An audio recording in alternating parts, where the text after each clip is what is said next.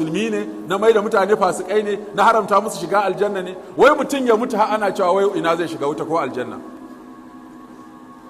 Wuta da aljanna ba a hannun kowa take ba, a hannun Allah take. Amma wani yana nan har ya yanke shiga wani shiga wuta, yana nan har ya yanke wani shiga aljanna. Gangancinmu ya yawa. Malami ne yake wa'azi, sai ga wani yana sabo ya wuce, ce kai ba kyau, yace malam na gode, to kakka sake, yace insha Allah malam ba za a sake ba, yace to shikenan, sai malam ya wuce. Gobe sai ya zo ya tarar da shi da yana ci gaba da sabon, yace kai ba kai ne wa'azi je ba, yace ni ne malam. To ya baka bari ba, yace insha Allah yau za a bari. Yace to kafa bari, yace na bari. Malam ya wuce, gobe sai sake tarar da shi a gurin, yace kai wani irin mutum ne, shekaran jiya na ganka kana laifi, na ma wa'azi, ka ce ka daina, yau na zo na tarar, ka ce ka daina, na sake tarar da kai yau, kana dai yi. To wallahi Allah ba zai ma gafara ba. To inda malam ya kuskure kenan.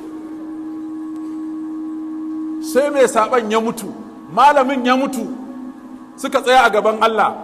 Allah ya ce malam tafi wuta, wa ya gaya maka ka gaya wa bayina ba zan musu gafara ba. Haka ake wazi. Kai kuma da aka ce ba za ka shiga aljanna ba, tafi aljannar. In akwai wanda ya sai ya hana.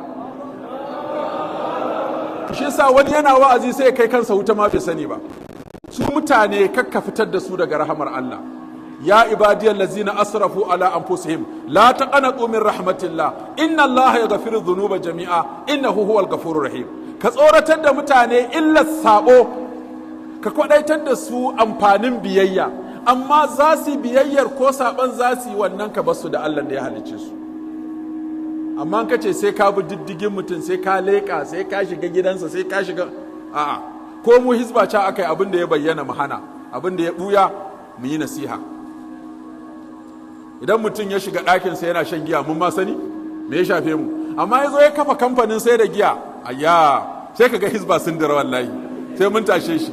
Saboda dalili in ya fito da shi fili wani ma zai koya, amma a ɓoye yake yi shi kaɗai ke cuta. Mace tana karuwancin ta ɓoye ba a sani ba, ba ruwanmu, sai dai mu ta nasiha. Amma ta fito ta ce ita karuwa ce, ta kafa gidan karuwanci, to za mu je mu tarwatsa gurin. Saboda wannan sai wata mata zo gobe, sai wata mata zo jibi, daga duk wanda yake laifi a ɓoye ba mu sani ba, ba mu gani ba, sai dai mu masa nasiha, mu ba shawara, mu masa wazi. Wanda ya fito fili kuma gashi ana yi karar har jama'a suna gani, to wannan aikin hizba shine ta zo ta hana wannan abu.